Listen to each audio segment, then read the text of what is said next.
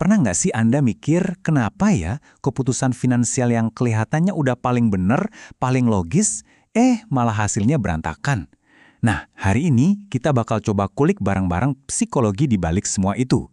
Kita bakal bongkar bias-bias tersembunyi yang ternyata ngaruh banget ke cara kita ngambil keputusan soal uang. Oke, kita mulai dari sini. Tahun 2018, Garuda Indonesia bikin heboh. Bayangin aja, dari yang tadinya rugi besar, tiba-tiba mereka laporin untung hampir 1 juta dolar. Keren banget kan? Kayak cerita comeback di film-film yang bikin geger dunia keuangan. Angka sebesar ini kan kelihatannya jadi bukti sukses ya. Tapi seperti yang sering terjadi di dunia keuangan, cerita di baliknya itu jauh lebih rumit. Sebenarnya ada apa sih di balik angka fantastis itu? Kenyataannya, jauh panggang dari api. Mereka itu sebetulnya rugi, dan ruginya nggak main-main. Lebih dari 244 juta dolar. Gila kan bedanya? Ini langsung bikin kita mikir, kok bisa sih sebuah laporan keuangan meleset sejauh itu? Gimana caranya?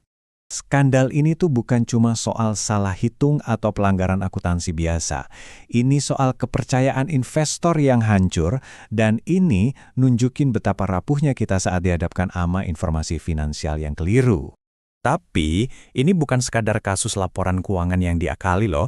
Ini justru jadi kayak jendela buat kita ngintip cara kerja otak kita sendiri. Mengungkap gimana bias-bias psikologis kita bisa mengubah cara kita menafsirkan data yang seharusnya objektif. Nah, dari sinilah kita masuk ke bidang yang menarik banget, akuntansi keperilakuan. Disinilah psikologi manusia ketemu sama keputusan finansial. Dan di sini juga kita mulai bisa paham kenapanya di balik setiap pilihan keuangan yang kita ambil. Gini deh gampangnya, mau secanggih apapun hitung-hitungannya, mau pakai software semahal apapun, pada akhirnya yang baca dan yang bikin laporan itu kan manusia. Jadi entah Anda itu CEO, investor, atau bahkan auditor sekalipun, kita semua punya bug yang sama di kepala kita. Pikiran kita tuh gampang banget kena bias yang bisa bikin penilaian jadi kabur. Oke, sekarang ayo kita bongkar beberapa jebakan mental paling umum yang sering banget menyabotase keputusan finansial kita. Ini adalah bias-bias kognitif yang nyerang kita semua dan seringnya kita bahkan nggak sadar. Jebakan pertama namanya fiksasi data. Pernah nggak Anda terlalu fokus sama harga diskon gede buat sebuah barang sampai-sampai Anda abai kalau kualitas barangnya jelek? Nah, itu dia fiksasi data. Kita terpaku sama satu angka, tapi lupa lihat gambaran besarnya. Dan ini bukan hal baru loh. Penelitian dari puluhan tahun lalu udah nunjukin kalau kita punya kecenderungan untuk nempel sama angka pertama yang kita lihat, misalnya angka laba. Padahal bisa aja cara ngitung labanya udah berubah total. Otak kita tuh emang suka yang simpel, meskipun kesederhanaan itu kadang menyesatkan. Jebakan berikutnya adalah efek kebaruan atau recency effect. Gini deh, bayangin Anda lagi cari info soal restoran. Anda udah baca 10 ulasan bagus, tapi ulasan terakhir yang Anda baca jelek banget. Kira-kira, mana yang paling nempel di kepala? Nah, itulah efek kebaruan. Kita cenderung ngasih bobot lebih ke informasi yang paling baru kita terima. Sekarang, coba kita bawa konsep ini ke dunia keuangan. Bayangin seorang auditor lagi nge-review daftar bukti ini. Campur aduk antara kabar baik dan kabar buruk. Sebuah studi di tahun 2002 oleh Ashton dan Kennedy nunjukin betapa kuatnya efek ini. Penilaian para auditor ternyata sangat dipengaruhi sama bukti terakhir yang mereka lihat. Ini nunjukin betapa gampangnya sudut pandang kita dibentuk cuma sama informasi paling akhir, entah itu bagus atau jelek. Jebakan ketiga ini bukan cuma ada di dalam kepala kita, tapi juga datang dari tekanan dunia luar. Lingkungan kerja kita tuh bisa jadi sarang buat keputusan-keputusan yang nggak rasional, apalagi kalau tekanannya lagi tinggi-tingginya.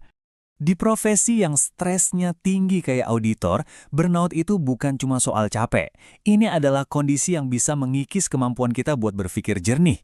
Akibatnya, kita jadi suka ambil jalan pintas, jadi kurang teliti, dan ujung-ujungnya bikin keputusan yang salah besar dengan konsekuensi yang fatal. Oke, jebakan-jebakan mental tadi kedengerannya emang serem ya. Tapi ada kabar baiknya kok. Penelitian itu nggak cuma nunjukin masalahnya, tapi juga ngasih kita senjata buat melawannya. Yuk kita beralih dari masalah ke solusi dan cari tahu strategi biar kita bisa berpikir lebih jernih. Dan yang kerennya, studi yang nemuin soal efek kebaruan ini juga langsung ngasih solusinya. Dan solusinya sederhana banget, self-review atau tinjauan diri. Cuma dengan minta para auditor buat stop dulu, coba lihat lagi semua buktinya dari awal sampai akhir, jangan yang terakhir aja, biasnya langsung hilang. Ini bukti kalau kadang solusi paling ampuh itu justru yang paling simpel kan? Begitu juga dengan fiksasi data, kita bisa atasin lewat pelatihan yang terarah. Jadi, daripada cuma lihat angka laba doang, para pengambil keputusan diajarin buat ngerti cerita di balik angka itu. Apa metode akuntansinya, apa asumsinya, dan di mana potensi jebakannya. Intinya, kita beralih dari sekedar melihat angka, jadi benar-benar paham sama angka itu. Nah, buat kesalahan yang disebabkan oleh sistem, model ini ngasih kita peta jalan yang jelas banget. Model ini nunjukin kalau kita proaktif nerapin strategi kayak manajemen stres dan jam kerja yang fleksibel, perusahaan bisa secara langsung melawan efek akibat burnout. Ujung-ujungnya, kepuasan kerja dan kinerja karyawan jadi meningkat. Ini sih win-win solution. Menerapkan hal-hal kayak jadwal kerja fleksibel atau pelatihan manajemen stres itu nggak cuma bikin para auditor lebih happy dan sehat secara mental, tapi juga bikin kinerja mereka lebih bagus dan artinya keputusan yang mereka hasilkan jadi lebih bisa diandalkan buat seluruh perusahaan. Jadi, setelah ngobrol panjang lebar, apa sih pelajaran utama yang bisa kita bawa pulang? Kenyataannya adalah kita semua ini udah terprogram dengan bias-bias tadi. Jadi sempurna itu bukan tujuannya. Kuncinya adalah kesadaran. Dengan kita paham jebakan-jebakan mental yang kita hadapi, kita bisa membangun semacam pagar pengaman, baik buat diri sendiri maupun buat tim kita, supaya keputusan yang kita ambil jadi lebih cerdas dan lebih tahan banting. Dan ini semua nggak cuma berlaku buat laporan keuangan perusahaan besar loh. Coba deh pikirin keputusan besar terakhir yang Anda buat, soal karir, investasi, atau bahkan hubungan pribadi. Ada nggak informasi paling baru yang mungkin tanpa sadar terlalu memengaruhi pilihan Anda? Nah, dengan mulai nanya-nanya kayak gini, kita sebenarnya udah mulai perjalanan jadi pengambil keputusan yang lebih bijak. Terima kasih sudah menyimak.